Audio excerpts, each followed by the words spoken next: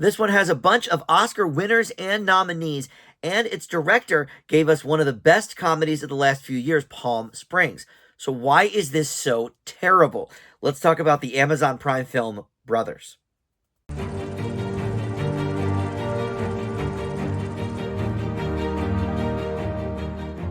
Hey guys, Dan here. This is Dan Reviews It. Welcome to my movie review for the Amazon Prime film Brothers. This is streaming right now, and it's got a lot of people in it that you will certainly recognize, including Josh Brolin, Peter Dinklage, Marissa Tomei, Glenn Close, and Brendan Fraser.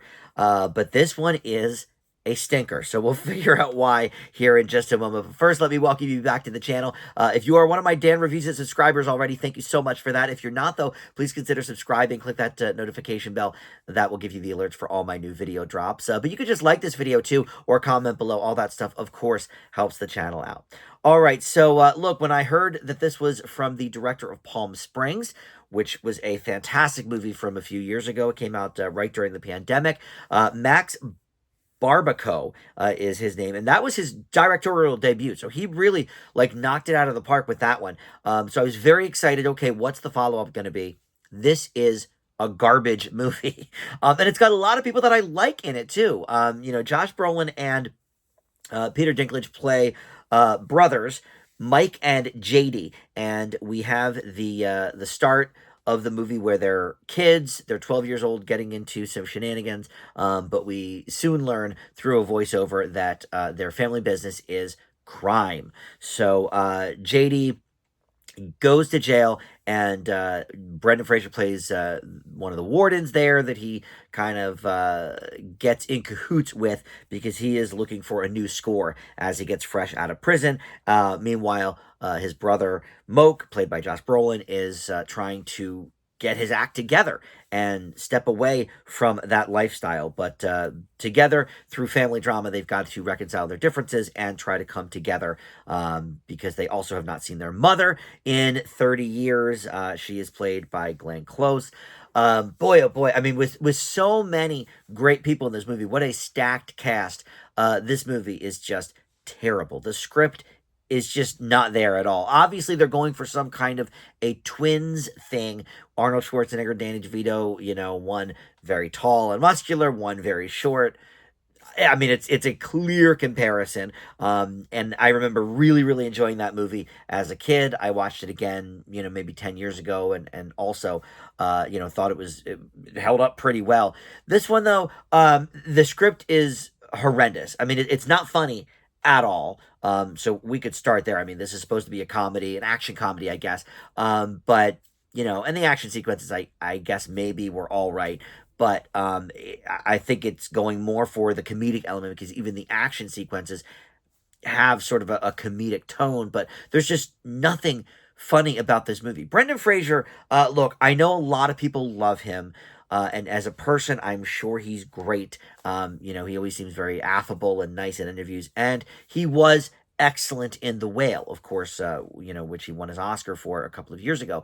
But I think as an actor, honestly, he's just very limited. A lot of the things I've seen him in, especially in more recent years, he did this show.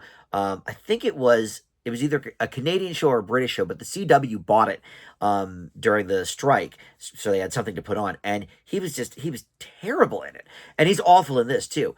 He's trying to go for big broad humor. It's just not working.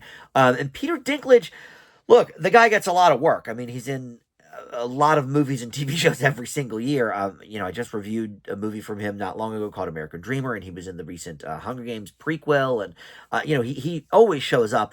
And he's sort of in that lane of the curmudgeonly prick. Here he's a prick, but he's also got this backstory where, okay, he was raised like this, and so this is how he's acting. But, he's not doing anything new that we haven't seen him do a lot. And him and Josh Brolin just don't really have chemistry. Like, one of the things I think that made Twins work so well is Schwarzenegger and DeVito had chemistry to spare. I mean, they were just oozing charisma off of the screen. Here, I get it. They're estranged. They haven't seen each other for a while, blah, blah, blah. But there's just nothing really here, chemistry-wise, on the screen or on the page. You know, the writing isn't really there either, like I keep saying. And the other thing, nobody's really likable in this movie. This is one of these flicks where there's just nobody to get behind because everybody is a train wreck. Like, yes, the Moke character obviously at the start is trying to better himself and distance himself from the family business and all of that. But you know, he falls back into that pretty quickly, and you know, then the caper is on. And it just, nothing about this worked for me. This is another true streaming bomb. I leave Brothers with an F. If you are so interested, you can check it out on Amazon Prime. With this much talent behind it, I'm shocked they couldn't come up with anything better. Definitely watch Palm Springs, though, if you have not seen that one yet. That is, I believe, on Hulu. All right, thank you for watching Dan Reviews It. I'll see you next time.